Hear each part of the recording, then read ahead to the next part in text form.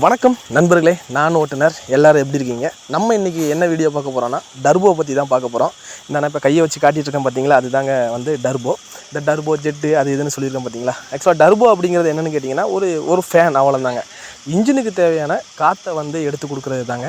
இந்த டர்போ எப்படி வேலை செய்யுது, இந்த டர்போவால் என்ன பயன் அப்படிங்கிறது தான் இன்றைக்கி ஃபுல் வீடியோவில் வந்து நம்ம பார்க்க போகிறோம். ஃபுல் வீடியோனா சும்மா ஒரு நிமிஷம் வீடியோ தாங்க, வேறு ஒன்றும் கிடையாது. இந்த டர்போ வந்து என்ன பண்ணுதுன்னா, காற்றை வந்து எடுத்து இன்டர்கூலருக்கு அனுப்பி இந்த ஹோல் காட்டம் பார்த்திங்களா, அது மூலமாக இன்ஜினுக்கு அனுப்புது.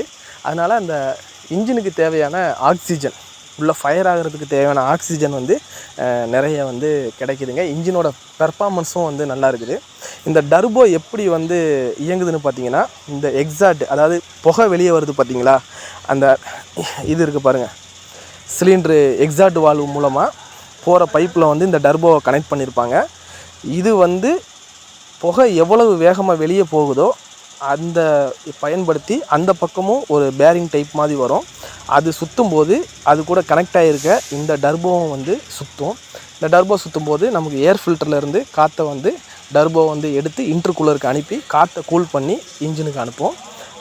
இது வந்து பார்த்திங்கன்னா கம்ப்ரஸருங்க.